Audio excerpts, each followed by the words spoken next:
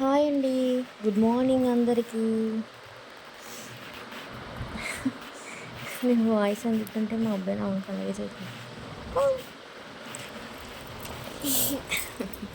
చూడండి 6 అయినా సరే ఎంత చీకటిగా ఉందో. ఈరోజు అయితే నేను ఏం చేశానంటే కొంచెం బిజీగానే ఉన్నాను. ఈరోజు నాకు కొంచెం వర్క్ ఉందండి. అందుకని చెప్పి కొంచెం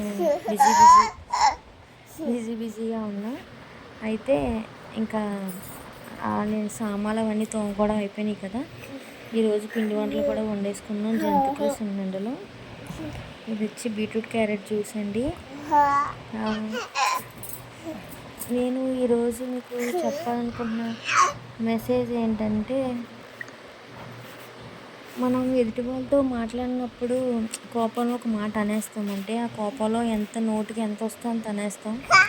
వెనక ముందు చూసుకోము. అంటే ఆ కోపం అలాంటిది మనకి. కానీ తర్వాత అనేసిన తర్వాత వాళ్ళు ఫీల్ అయ్యారా అని మళ్ళీ ఆలోచిస్తాం మనమే.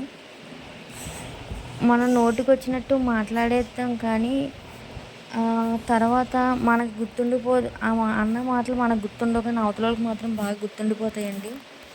సో మనం ఎప్పుడైనా ఒకళ్ళు అంటున్నామంటే ఆలోచించుకొని ఆచితూచి ఆ మాట నోరు జారడం మంచిది అంటారు పెద్దోళ్ళు. నోరు జారితే మాట తీసుకోలేమని చెప్పి అంటారు. అది మనం అనేయడం ఈజీయే కానీ అది పడే వాళ్ళకి తెలుస్తుంది అది పెయిన్ ఎంత ఉంటుందో. కాబట్టి ఎప్పుడైనా మనం ఒకరిని అనేటప్పుడు మనం ఆలోచించి మాట్లాడడం బెస్ట్ అండి. ఎవరిని ఊరికే అనకూడదు. ఎందుకంటే ప్రతి ఒక్కరికి తప్పు చేయని వాళ్ళంటే ఎవరు ఉండరు. అలా అని చెప్పి వాళ్ళని తప్పు చేస్తున్న వాళ్ళని మనం ఏదో తప్పు చేయము అన్నట్టు చూడకూడదండి. ప్రతి మనిషి తప్పు చేస్తాడు. కాకపోతే మనం నోరు జారే ముందు కొంచెం ఆలోచించుకొని మాట అనే ముందు ఎదుటి వాళ్ళు కూడా ఫీల్ అవుతారని ఆలోచించుకొని అనటం మంచిది. ఇదిగోని మేమైతే ఇక్కడ జంతికలు వండేస్తున్నామండి.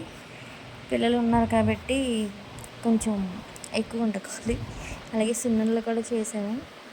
మా బాబు చూడండి ఎలా చూస్తున్నాడు. ఓకేనా ఫ్రెండ్స్, ప్లీజ్ నా వీడియోని లైక్ చేయండి, షేర్ చేయండి, సబ్స్క్రైబ్ చేయడం మాత్రం మర్చిపోకండి. బాయ్.